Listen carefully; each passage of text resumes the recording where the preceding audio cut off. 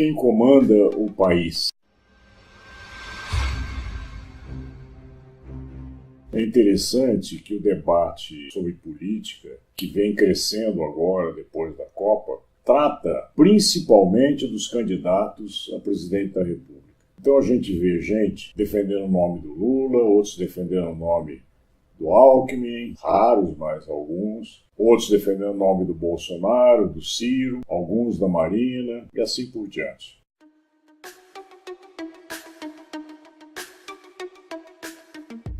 Eu fiquei bastante preocupado pela ausência quase que total de pessoas que estavam olhando e analisando ou comentando sobre o Congresso. É como se não existisse eleição para a escolha de deputados e a renovação de 2/3 do Senado.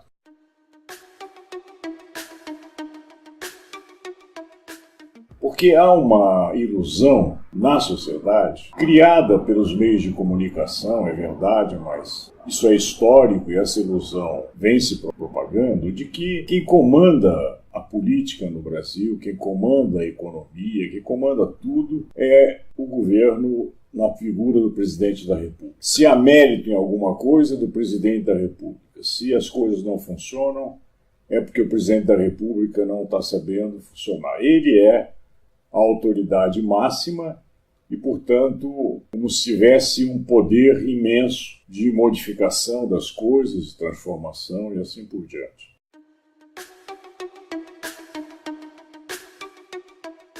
É verdade que ele tem um grande poder, mas é importante a gente lembrar e pensar um pouco sobre isso, que o Congresso tem um imenso poder em mãos. E esse Congresso, e não só esse de hoje, nem o próximo que virá, e nem os anteriores, que têm dado contribuições importantes na democracia brasileira e, principalmente, tomando decisões favoráveis aos interesses da sociedade.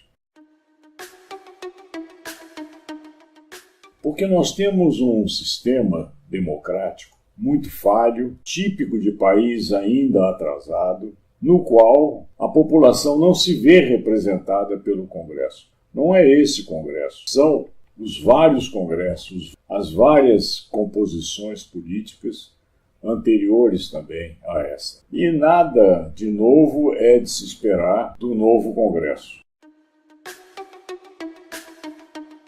Renovando ou não renovando, tanto faz, porque as cartas continuam sendo dadas pelos caciques dos partidos. Uma turma de meia dúzia que manda e desmanda no partido e que, no fundo, são os que manipulam as verbas para as eleições. E agora, com o financiamento público de campanha e com a proibição das doações por parte das empresas aos candidatos, a força dessas pessoas cresceu muito para direcionar os valores, que são muito elevados, para alguns candidatos de interesse deles. Então são os próprios políticos que já estão trabalhando no Congresso, ou são seus filhos, parentes e assim por diante. Já começam a aparecer esses nomes para serem escolhidos pela população.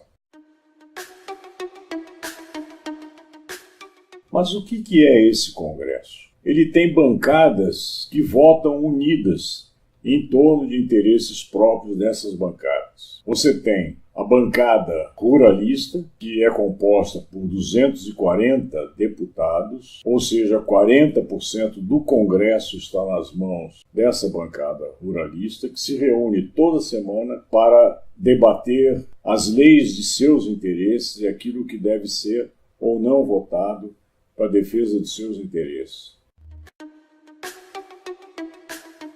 Foi essa mesma bancada ruralista que estendeu por 20 anos a dívida que os grandes proprietários rurais têm com o INSS. Dívida monstruosa que não é paga há muitos e muitos anos e que vem sendo sempre protelada, e ela negociou, principalmente na segunda votação das denúncias do Procurador-Geral da República, Rodrigo Janot, contra o presidente da República. E foi decisivo para vetar qualquer investigação por parte do Supremo Tribunal Federal ao presidente da República a votação desses 40% do Congresso Nacional da bancada ruralista. Você tem a bancada da bala, você tem a bancada do boi, que seria esses ruralistas, e tem a bancada das igrejas, que também tem os seus interesses que querem ser preservados. E tem a bancada dos funcionários públicos, que também tem quantidade enorme de parlamentares que defendem os interesses corporativos da categoria do funcionário público. E a bancada da população existe? Não. Os interesses da população são interesses difusos, sem representação específica no Congresso Nacional. E aí vem a questão. O próximo presidente da República, seja ele quem for, não será um homem que vem com força para o comando da nação. Por quê? Porque a gente já percebeu, e isso também está sendo captado e divulgado pelas empresas que fazem pesquisa de opinião, que vai ter um índice muito elevado de abstenções nessas eleições e votos brancos e nulos. É até possível que supere a votação do primeiro colocado nas eleições agora no início de outubro. E essa pessoa que for eleita, que vai ter essa votação mínima, pequena em relação ao número de eleitores, já vem com uma força reduzida para o comando do país. E vai encontrar um conjunto de parlamentares com uma força centralizada no chamado Centrão, que são de pequenos partidos que se conglomeram, que se unem em torno de interesses meramente exclusivos de poder desses partidos e, portanto, nada a ver necessariamente com os interesses da população.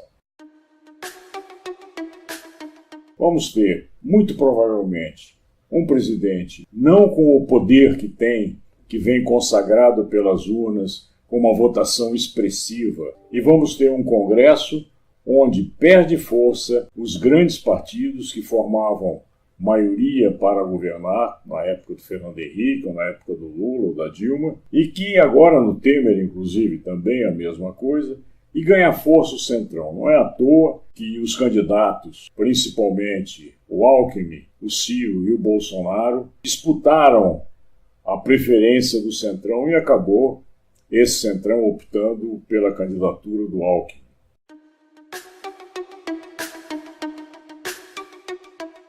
Esperar alguma coisa desse Congresso, eu sinceramente não espero. Não espero nada. Talvez seja até pior esse Congresso do lamentável Congresso que nós temos hoje. E esperar que o presidente da República governe para a sociedade, eu não sei não. Não vejo isso em nenhum deles, porque o presidente da República, quando chega lá, ele se volta totalmente para a negociação de cargos e formação de maiorias com o Congresso Nacional. Portanto, vai cair muito na mão do Centrão, que já tem garantido com o Alckmin a presidência tanto da Câmara quanto do Congresso ser ditada por ele, a presidência das comissões temáticas que debatem as leis que vão ser votadas antes de irem a plenário, e fora isso, cargos e mais cargos na máquina pública, ministérios sendo já negociados e assim por diante. A ocupação do poder vai se fazer da mesma forma que sempre foi feito no passado. E a população, com a representação para ela, nada. Nada e nada. E não há de se estranhar que depois que começar o novo governo, as coisas continuem da mesma forma, se arrastando na economia e não indo para frente.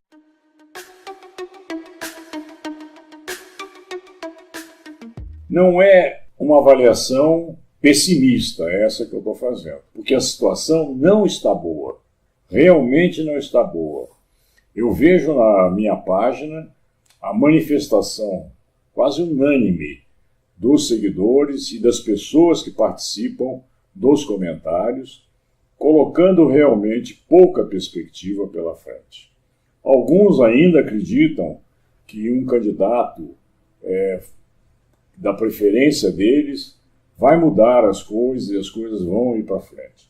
Não creio.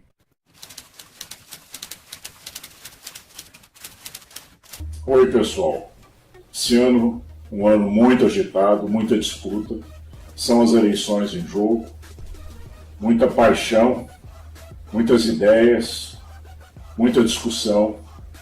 Eu espero que essa página ajude a gente esclarecer um pouco melhor as nossas posições, trocar ideias com os nossos seguidores e que isso sirva para ajudar a todos nós a conseguir contribuir de uma maneira mais forte para o nosso país. Muito obrigado.